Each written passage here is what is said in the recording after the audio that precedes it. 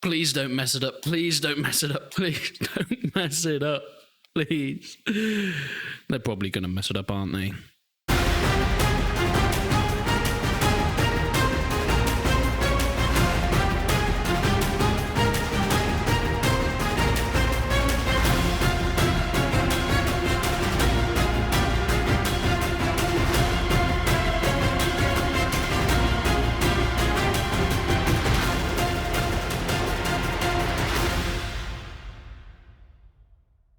Crimson Desert is going to be an open-world action-adventure game that combines single-player narrative stories and events with multiplayer functionality. Oh my word. This was announced a couple years ago now, but the gameplay trailer came out a few months back, and I thought that I would finally give it a look into. You see, I've avoided games like this in the past, because when I have made videos, they tend to be flops in the end. However, I think Crimson Desert could be different, and I'll get onto later exactly why, but it is down to the developer's pedigree. But what is Crimson Desert? Well, it is a vast but divided continent, a harsh desert. Cities as dangerous as they are breathtaking. In the world of Crimson Desert, gritty realism often precedes aesthetic beauty. You can explore this massive open world alone or, of course, with friends. However, it does feel like they're trying to focus more on a single-player narrative, but I think most people will be getting this, and especially me, to try and enjoy it with friends. There's been no reports whether these will be two separate parts to it, whether you have to complete a single-player story with cutscenes and narratives as we'd expect in any other game, and once you've done that, then you can unlock a full MMO, or they're going to be completely combined and you just go off and do single player stuff on your own when and how you want to. That's not been stated yet. However, there have been talks and interviews in the past how this will be single player focused. Now, this game looks fantastic from what you can see on the gameplay, and it's no surprise that everyone is excited for this, especially the comments. It has been received incredibly well. This is supposedly a gameplay trailer, and what we're seeing is some gameplay, but there's always doubt, especially with these big open world games, because they always seem to be too optimistic. If it looks too good to be true, unfortunately people have learned from being burned in the past, it probably is. And I'm sort of on that side, very excited yet skeptical. However, let me play devil's advocate for a second, because the game Crimson Desert is being developed by Pearl Abyss. If you don't know who Pearl Abyss is, they're a developer that have been around for a long time now, and they have actually brought out some decent games. For example, Black Desert Online. This is an MMO that I'm sure many of you have heard of, and on Steam it has been received incredibly well. I haven't played it all that much, however, it seems that most people are fairly happy with it, with some talk of course, microtransactions, but what do you expect in this type of game is always going to be there. But that aside, I think Black Desert Online has done well enough for people to actually put some faith in Pearl Abyss as a development company in themselves. So is Crimson Desert a sequel?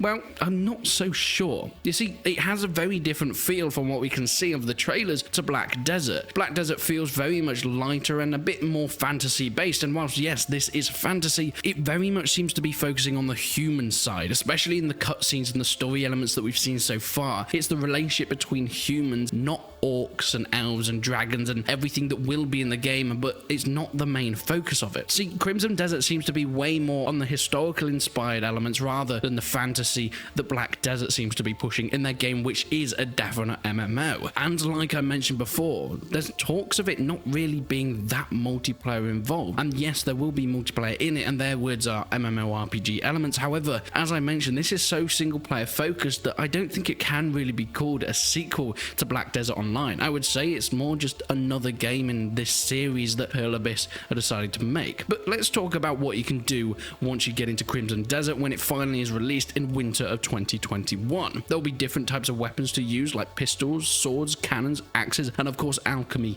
and magic. As you notice there is no holds barred on what you can actually use as your character and equip into battles. There's no historical relevance of just having swords or bows and arrows. They will be in the game, but they will be going up against pistols and cannons, and it's going to be interesting to see how they balance that as well with the magic. The game will take you through puzzles as well and traps that you have to find out, explore different caves and in swamps. It looks fantastic. The world they are building seems to be incredibly immersive. And as I've mentioned multiple times, this isn't a historical game, yet you can see a lot of inspiration from the past. Not just the architecture and not just the people within it, but a lot of the weaponry with bows, swords, and axes, and of course the armor as well. It has that fantastical artistic license, but it does seem to take a lot of inspiration from medieval games that we've seen in previous years. But I want to talk a little bit about the world that we've been shown in this gameplay trailer, because oh my, I don't think I've seen a better looking world, at least in something of this scale. Traversing the landscape looks elegant, with some climbing and parkour elements within it, and of course swinging from ropes to ropes. These looks to be some single player side missions that you'll probably be able to complete, but if there is full climbing and some parkour as well in there,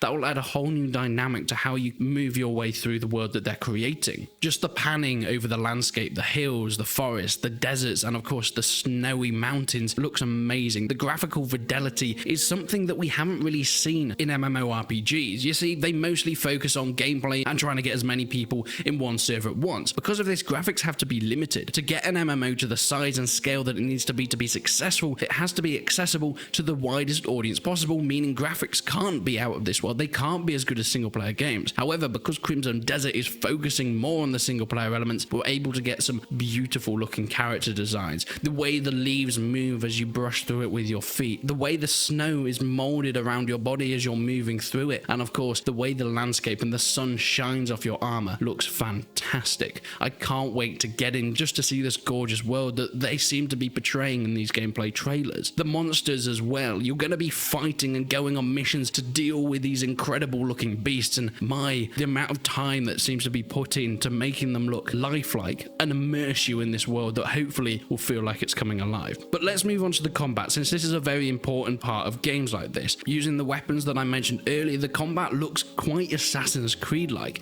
Of course, it will take elements from the Black Desert Online combat style, but I do feel like it is more focused on the one-on-one fighting rather than the mass AoE attacks that we expect in a lot of other MMOs. There seems to be a lot of unique ways to fight with all the different classes and the weapons that you're able to use. It also looks like there may be some possibilities for duels in the game, whether this is in the single player portion or with other players. And one of the final parts of the combat that I'm really excited, and one of the things that has been confirmed to be a player versus player addition to the game, are sieges.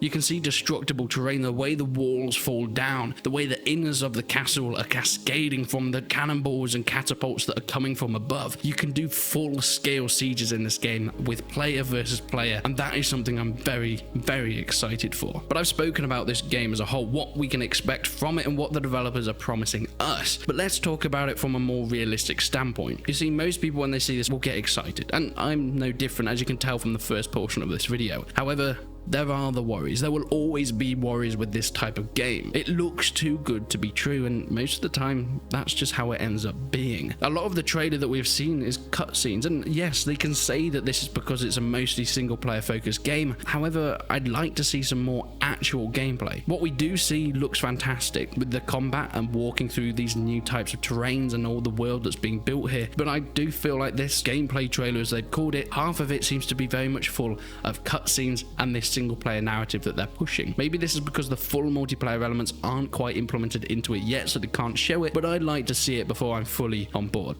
I would say we're safer with Pearl Abyss than we have been with other developers that have promised games like this in the past. However, their other games do have things like microtransactions that are forced down your throat, which takes away from it, I would say, quite substantially, so be wary for that. But what do you guys think? Do you think this game looks amazing, or is it too good to be true? Have you played any other games by Pearl Abyss in the past, and do you think they're a trustworthy developer to deliver something that they're promising at this point in time? Please leave your comments down below, and be sure to check up on them as soon as possible. But like the video if you enjoyed it, dislike it if you didn't, and subscribe to the channel because it helps to no end.